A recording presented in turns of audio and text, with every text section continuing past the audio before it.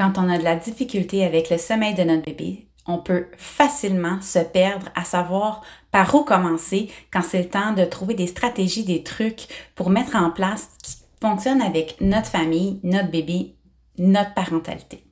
Je me présente, je m'appelle Stéphanie Houle, je suis propriétaire de Bulles et Pirouettes, diplômée en travail social et en éducation spécialisée, maman de 2 enfants. Et au moment où est-ce qu'on tourne la vidéo, ça fait maintenant plus de 2 ans et 25 000 familles que j'accompagne avec les difficultés de sommeil de leurs enfants à travers ce que j'appelle les défis sommeil, améliorer le sommeil de votre bébé. Donc, c'est 5 jours en fait qu'on passe ensemble où est-ce que je vous présente à chaque jour du contenu différent et que je vous lance des défis. Aujourd'hui, dans le cadre de cette vidéo, je vous présente un des premiers défis que je présente toujours aux parents et qui, à mon avis, est l'un des plus importants.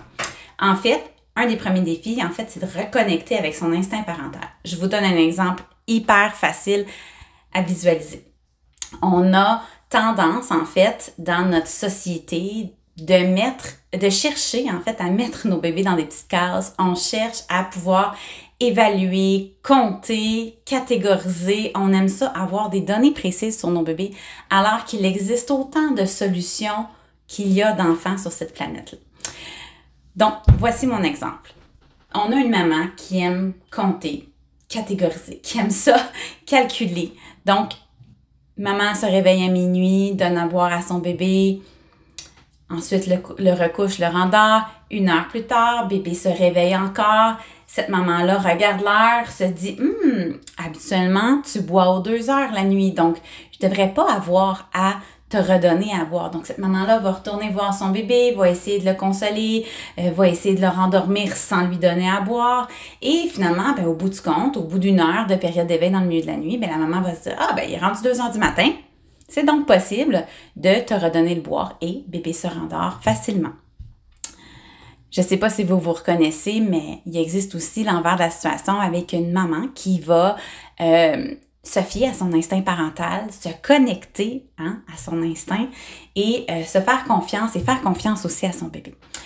Cette même maman-là, par exemple, pourrait se réveiller à minuit, donner à boire et à 1 heure du matin, comme c'est une maman qui ne calcule pas, que c'est une maman qui ne catégorise pas. En fait, elle va se lever à 1 heure, elle va dire « Ah, Colin, tu as encore besoin de moi, mon bébé, donc va essayer de rendormir son bébé, va essayer 2-3 stratégies, ça ne fonctionne pas. Eh bien, c'est pas grave, on va te redonner à boire et bébé va se rendormir et va se coucher. » La différence entre les deux, c'est qu'on a une maman qui veut vraiment rentrer son bébé dans des petites cases et qui, parfois, malheureusement, parce que ce que lui dit la société, va faire en sorte que on va se tirer dans le pied au quotidien. Alors que de l'autre côté, on a une maman qui a appris à se faire confiance, qui a appris à se connecter à son instinct parental, puis qui arrête de croire tous les conseils qu'on va lui offrir, que ce soit de laisser pleurer, de pas aller le voir, tu vas trop le gâter. Donc, il existe tellement de mauvais conseils par rapport au sommeil, mais les meilleurs conseils, en fait, ils viennent de vous.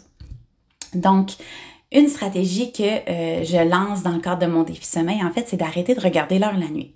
C'est quoi le rapport avec regarder l'heure la nuit et se connecter avec son instinct parental? En fait, c'est vraiment très simple parce que à partir du moment où est-ce qu'on arrête de regarder l'heure, qu'on arrête de compter le temps, qu'on arrête d'essayer de calculer au combien de temps est-ce que notre bébé boit, combien de fois est-ce que mon bébé s'est réveillé pendant la nuit, on doit d'abord et avant tout se connecter à son instinct parental et se faire confiance et faire confiance à son bébé.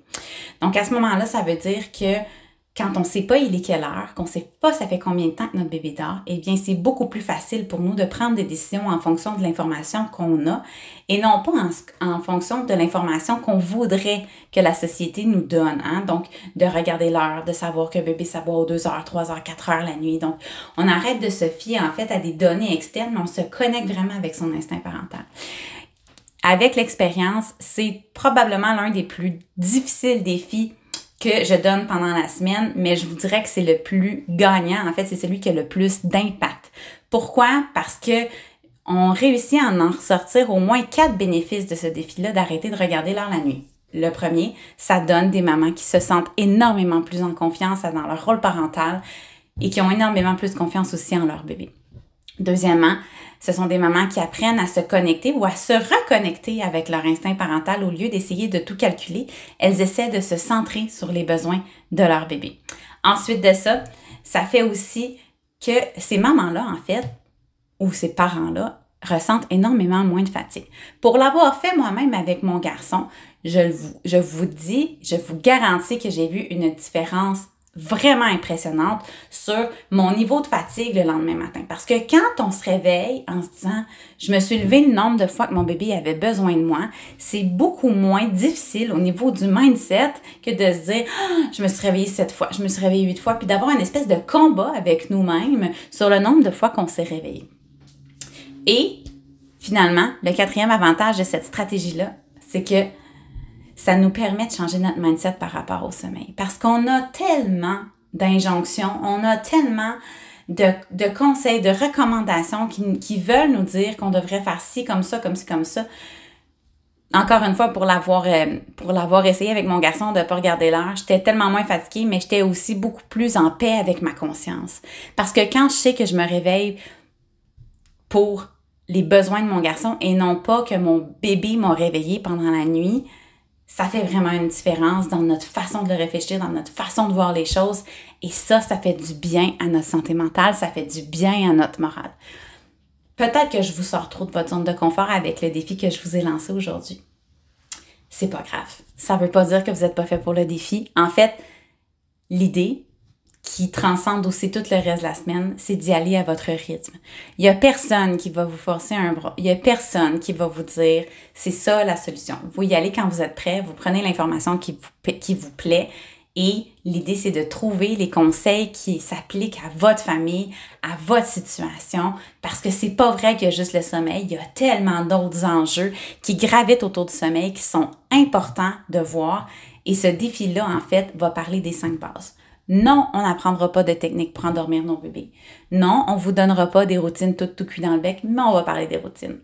On vous dira pas de calculer le temps de sommeil, puis on vous dira pas de prolonger les siestes, mais par exemple, on va vous parler de stimulation, d'environnement de sommeil, de mindset, d'instinct parental, mais aussi de bienveillance.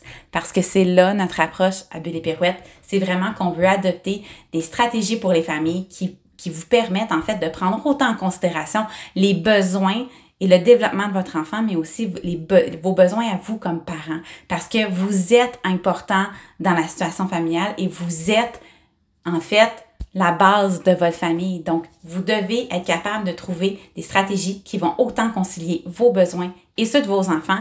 Et ça, à travers le défi qu'on va passer avec vous cette semaine, dans la prochaine semaine qui va venir. Donc, ça va être vraiment primordial de le prendre en considération. Donc, si jamais vous avez envie d'avoir plus d'informations sur les défis 5 jours, je vous invite à regarder notre section sommeil sur notre site web. Je vais mettre les liens dans la vidéo aussi pour que vous soyez capable de retrouver. Mais surtout, prenez le temps d'y goûter, prenez le temps de l'essayer et vous n'avez rien à perdre. C'est gratuit, puis je suis certaine que vous allez apprendre plein de choses. Puis si vous apprenez rien, au moins, vous aurez la confirmation que vous faites déjà les bonnes choses et que vous êtes déjà sur la bonne voie.